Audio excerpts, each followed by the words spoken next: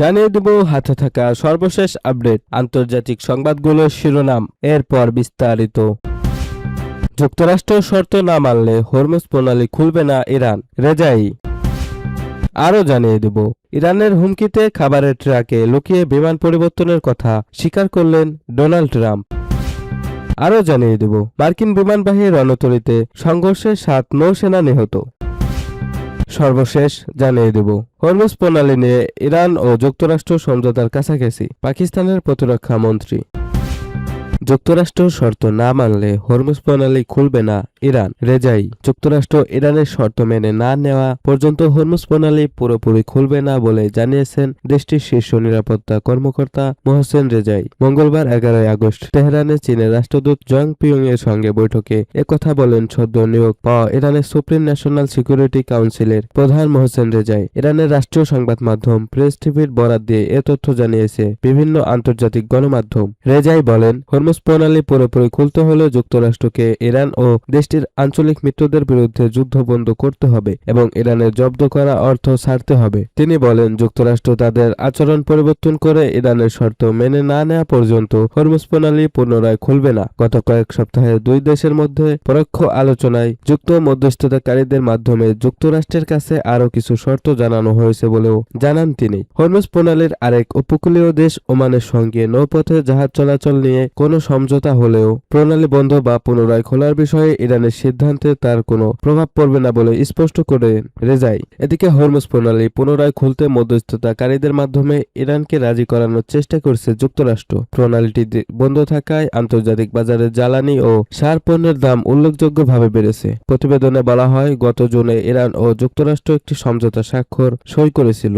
এর আওতায় ইরানকে হরমুজ প্রণালী পরিচালনার সুযোগ দেওয়ার পাশাপাশি ধীরে ধীরে নৌযান চলাচল স্বাভাবিক করার কথা ছিল। এর বিনিময়ে যুক্তরাষ্ট্রের ইরানের উপর নিষেধাজ্ঞা ও অবরোধ তুলে নেওয়ার কথা ছিল। তবে ইরানের দাবি, যুক্তরাষ্ট্র ওই সমঝোতার শর্ত লঙ্ঘন করে প্রণালীর উপর ইরানের নিয়ন্ত্রণ দুর্বল করার চেষ্টা করায় তেহরান আবারও হরমুজের চলাচলে বিধিনিষেধ আরোপ করে। চীনা রাষ্ট্রদূতের সঙ্গে বৈঠকে রেজাই জাতীয় সংঘের নিরাপত্তা পরিষদে যুক্তরাষ্ট্র ও ইসরায়েলের ইরান বিরোধী যুদ্ধের সময় উপস্থাপিত একটি অবৈধ ও ইরান বিরোধী খসড়া প্রস্তাবের বিরোধিতা করায় চীনের সিদ্ধান্তকে ইতিবাচক পদক্ষেপ হিসেবে উল্লেখ করেন। তিনি ইরান ও চীনের কৌশলগত অংশীদারিত্বের প্রশংসা করেন। একই সঙ্গে সাংহাই সহযোগিতা সংস্থা ও ব্রিক্সের মতো গুরুত্বপূর্ণ আন্তর্জাতিক জোটে দুই দেশের সদস্যপদ ভবিষ্যতে দ্বিপক্ষীয় সম্পর্ক আরও জোরদারে গুরুত্বপূর্ণ ভূমিকা রাখতে পারে বলে মন্তব্য করেন। বৈঠকে চীনের রাষ্ট্রদূত ও ইরান বিরুদ্ধে যুক্তরাষ্ট্র ও ইসরায়েলের সামরিক আগ্রাসনের বিরোধিতা পূর্ণ ব্যক্ত করেন।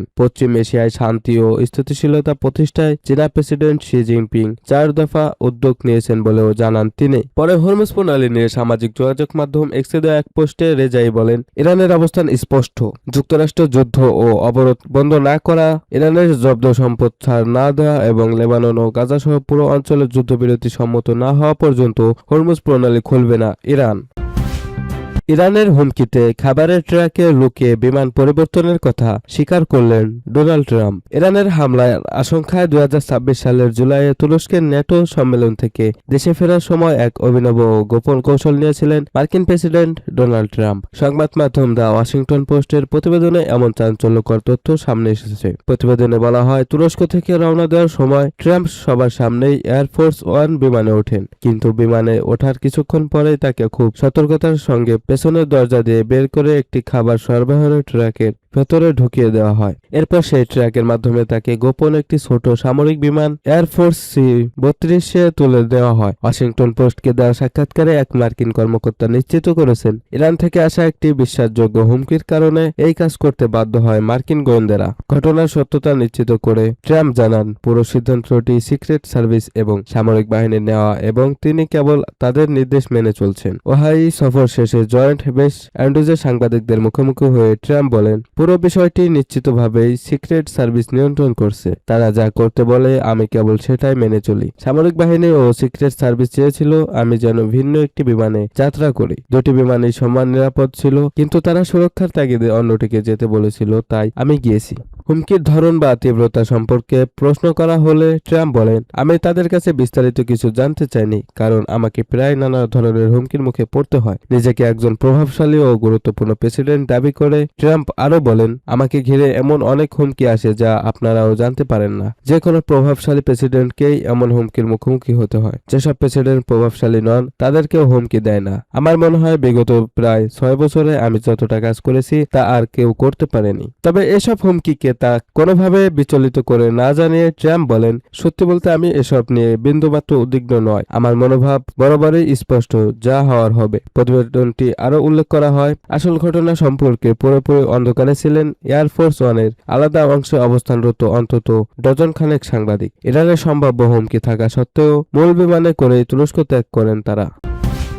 মার্কিন বিমানবাহী রণতরী সংঘর্ষে 7 নৌসেনা নিহত। ইরানের বিরুদ্ধে সামরিক অভিযানে অংশ নেওয়ার পাশাপাশি দীর্ঘদিন ধরে ওই অঞ্চলে মোতায়েন থাকা যুক্তরাষ্ট্রের বিমানবাহী রণতরী ইউএসএস আব্রাহাম লিঙ্কনে নৌসেনাদের মধ্যে রক্তক্ষয়ী সংঘর্ষের ঘটনা ঘটেছে বলে দাবি করা হয়েছে। এতে 7 জন মার্কিন নৌসেনা নিহত এবং আরও কয়েকজন আহত হয়েছেন বলে জানিয়েছে ইরানের সংবাদ মাধ্যম তাসনিম নিউজ। প্রতিবেদন অনুযায়ী দীর্ঘ সময় ধরে রণতরীটি মোতায়েন থাকার এর নৌসেনাদের মধ্যে অসন্তোষ বাড়ছিল। এমন পরিস্থিতিতে তাদের পরিবারের সদস্যরাও জাহাজটি দীর্ঘমেয়াদী মোতায়েন প্রতিবাদ করেন। এই পরিস্থিতিতে ক্রুদের অভিযোগ ও অসন্তোষ নিয়ে কথা বললে ইউএস সেন্ট্রাল কমান্ডের প্রধান ব্যাট কুপারের একজন উপদেষ্টা রণতরী যান। তাসনিম নিউজ একটি সামরিক সূত্রের বরাত দিয়ে জানিয়েছে, সেখানে নৌসেনাদের একটি সমাবেশ বক্তব্য দেওয়ার সময় ওই উপদেষ্টাকে দুধধ্বনি দেওয়া হয় এবং তার দিকে পানির বোতল ছুড়ে মারা হয়। পরে পরিস্থিতি আরও উত্তপ্ত হয়ে ক্রুদের মধ্যে সংঘর্ষ শুরু হয়। এতে ছুরি ও অন্যান্য ধারালো অস্ত্র ব্যবহার করা হয় বলে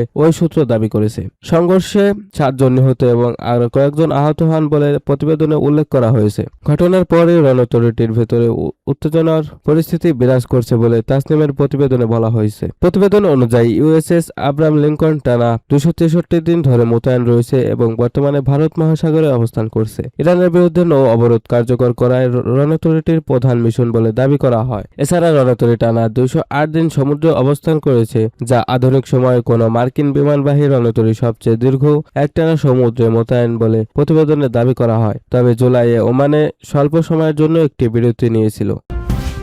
হরমুজ প্রণালী নিয়ে ইরান ও যুক্তরাষ্ট্র সমঝোতার কাছাকাছি। পাকিস্তানের প্রতিরক্ষা মন্ত্রী হরমুজ প্রণালী নিয়ে ইরান ও যুক্তরাষ্ট্র এক ধরনের সমঝোতার কাছাকাছি পৌঁছেছে বলে দাবি করেছেন পাকিস্তানের প্রতিরক্ষা মন্ত্রী খাজা আসিফ। মঙ্গলবার 12 আগস্ট ইসলামাবাদে সাংবাদিকদের সঙ্গে আলাপকালে তিনি একথা বলেন। ব্লুমবার্গের প্রতিবেদনের বরাতে জানা গেছে, খাজা আসিফ বলেন, পরিস্থিতি শান্তির পক্ষে এগোচ্ছে, তবে কি ধরনের অগ্রগতি হয়েছে বা দুই দেশের মধ্যে সম্ভাব্য সমঝোতার বিষয়বস্তু কি সে বিষয়ে বিস্তারিত জানাননি তিনি। এর আগে হরমুজ প্রণালী দিয়ে সীমিত পরিসরে সামুদ্রিক জাহাজ চলাচল পুনরায় চালুর বিষয়ে ইরান ও ওমানের মধ্যে আলোচনা বেশ অগ্রসর পর্যায়ে রয়েছে বলে জানিয়েছিলেন কাতারের পররাষ্ট্র মন্ত্রণালয়ের এক মুখপাত্র। এদিকে মঙ্গলবার পাকিস্তানের স্বরাষ্ট্রমন্ত্রী সৈয়দ মহসিন নাকভি তেহরানে পৌঁছেছেন। ইরানের কর্মকর্তাদের সঙ্গে দ্বিপক্ষীয় সম্পর্ক ও পারস্পরিক স্বার্থ সংশ্লিষ্ট বিভিন্ন বিষয় নিয়ে আলোচনার কথা রয়েছে তার। হরমুজ প্রণালী বিশ্বের অন্যতম গুরুত্বপূর্ণ জ্বালানি পরিবহন পথ। প্রণালীটি দিয়ে বিপুল পরিমাণ তেল ও